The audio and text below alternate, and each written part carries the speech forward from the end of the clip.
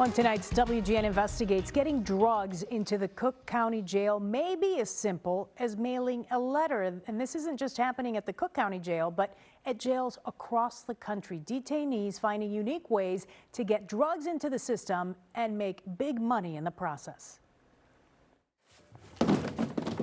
Inside Cook County Jail, the sheriff's office wages its own war on drugs unlike any they've seen before. It's a difficult daily operation. Heavily sprayed substance on this card. You can see the bleeding of the print. That's an indicator. With more than 6,000 inmates on any given day, attempts to push drugs while inside are nothing new. For years, investigators have used a canine to search the mail for drugs. But now, it's an entirely new deal, from the drugs being smuggled in to the way it's being done. Before the pandemic, it was somewhat very traditional what the types of contraband that people were trying to get in and the method they were trying to do it. It was little pieces of rocks, it was little things hidden between pages. This will be taken and recovered. Since the pandemic, though, the biggest issue we have now is people are using chemicals of different levels, some legal chemicals, some not, to soak paper, soak books. Keep it all together. And greeting cards like this one first flagged by investigators because of its smell. But the perfume is sprayed to cover up the smell of something else that might be saturated on it. And see how the print bled through? That's a sign someone could have used roach spray to wet the paper. If that doesn't sound dangerous enough, how about fentanyl? The letters sometimes sprayed with the deadly synthetic drug and then mailed out. It's going to be used to try to get high, and it's wildly dangerous.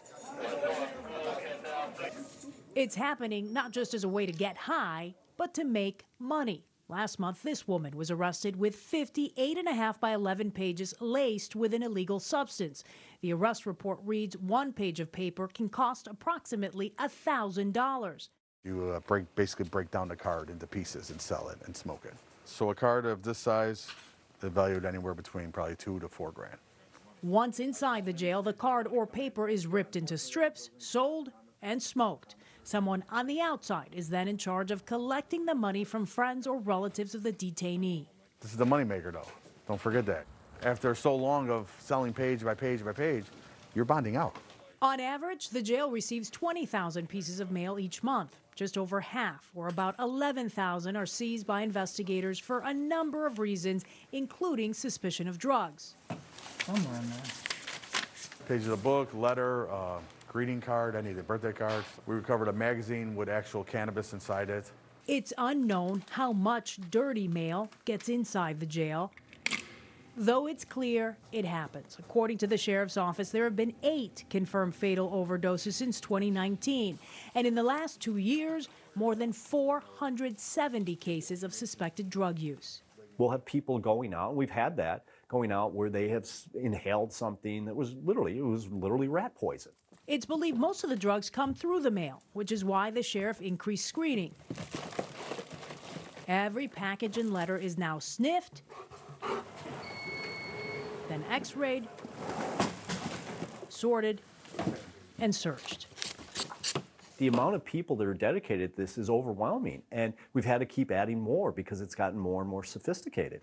Another tool he hopes will help, tablets in the hands of more detainees. There's nothing worse than an individual in custody that has nothing to do. The heavy-duty screens built to withstand the rigors of jail and can now be used for e-learning and phone calls. There's no internet or anything on it. But they could one day be expanded to include texting and video calls. If that text message is being sent, if that phone call is being made, maybe the letter is absolutely not needed. We'll never get rid of mail altogether. Our thinking is by utilizing the tablet, it's going to decrease the volume of mail to the point where it'll be a lot easier for us to go through what we get. And in case you're wondering, there are now more than 2,000 tablets in the jail. The current contract allows for up to 3,300 total, or about 1 for every 2 detainees. The question now becomes, will that be enough to make a dent on the amount of physical mail coming in? So we'll just have to wait and see what happens in the next few months, certainly in the next several years. Crisis of addiction and the opportunity to make money. To make a little cash, yeah. All right, Lourdes, thank you.